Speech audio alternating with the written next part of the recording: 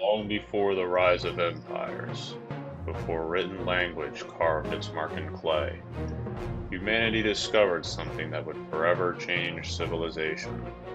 In the fertile lands of ancient Mesopotamia, where the Tigris and Euphrates met, early peoples stumbled upon the magic of fermented grain, called beer. Now, with a bachelor's degree in chemical engineering, I felt as though I had the knowledge necessary to set out and brew my own beer. So, for the first time since elementary school, I decided to read a book from front to back in that order. This book taught me all about how to brew beer. Now, once I felt as though I had sponged up all of the knowledge necessary to brew my own beer, I decided to brew a Hefeweizen, which in German allegedly translates to yeast wheat. Now, to brew this Hefeweizen, I decided to use a combination of white wheat and Pilsen malts, as well as Tower hops and, of course, yeast. The first thing I did was add about 5.5 gallons of water to my brew kettle, which would act as the base of my beer. I then moved it outside to my propane burner, and after cranking my knob a few times, I lit up the fire.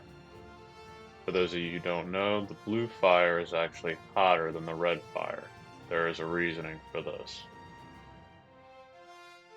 The setup I'm running on this kettle is essentially using a giant nylon bag placed inside of it. The purpose of this bag is to catch all of our grain and hops so that they don't dissolve into our beer, which would make it very grainy and perhaps disgusting. After waiting for our water to heat up, cranking our knob a few more times, temperature is roughly at about 152 degrees Fahrenheit. At this point, take my hop bag, filled with 1 ounce of our hops, and drop it in.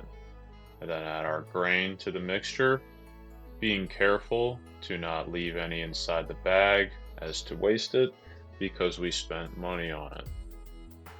After I'm thoroughly pleased with the grain usage, you see that our liquid is very bubbly and brown. This is the stage called the wort. This is essentially the sugar water on which the yeast will thrive. So after stirring the mixture about once every 15 minutes for the next hour, we are left with something that looks very similar to before, however much darker. It's at this point that I decide that our grain is properly spent, so I unclip the bag, remove the bag, and place a big baking sheet underneath. This will keep our bag suspended while the liquid drips down from the bag and into the massive wort mixture. This is important so that we have all the sugar necessary for yeast fermentation. At this point, it is also a good idea to smash the bag. Smashing the bag is very important as it allows the residual sugar water to drip down into our giant wort collection. So after a few flips and a few more smashes, it's time to discard the grain. Get rid of everything, and behold, our delicious brown wort. Then transfer our wort to a giant 6-gallon carboy and add ice to cool it down to add the yeast. It takes about 30 to 40 minutes at this point for it to completely cool.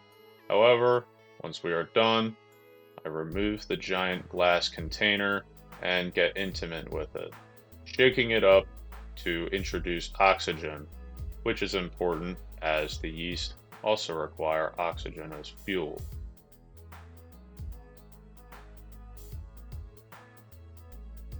At this point, it is thoroughly shaken, so I introduce about 3/4 of our yeast packet. This will ensure that the yeast have to work harder to ferment all the sugars, which produces more ester compounds, which taste fruity. They're good for this style. I'll also throw on the airlock at this stage, make sure it's pressed down, and shake it some more. This will make sure that the yeast is all properly incorporated into our mixture. And at last, at this point, our work is finally complete, and we have all the ingredients inside the carboy that are necessary to produce our beer.